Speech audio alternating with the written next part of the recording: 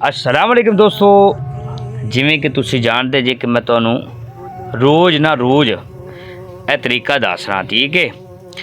तो अज भी दस देने। अज की जंतरी दसन तो पहले ना मिसरा है कहता कोई इंज दा जादू लभ जावे, कोई इंज दा जादू लभ जावे, मैं हथ चावां रब मन जावे, मैं हथ चावां रब मन जावे। समझ तो तुसी गए जे, हुण तुहानू जंतरी दस दियां। अज जनाब विसाख दी पहली, ठीक है जी, विसाख दी पहली हो गई है और 2082 बिक्रमी 15 चन दी इस्लामी महीना शवाल 1446 हिजरी 14 अप्रैल ईस्वी 2025 ते दिहाड़ जी अज सोमवार दा। भुलिया जे ना। ते अल्लाह तुहानू खुश रखे, अपने हिफ्ज़-ओ-मान दे विच रखे। आमीन सुमा आमीन या रब्बुल आलमीन।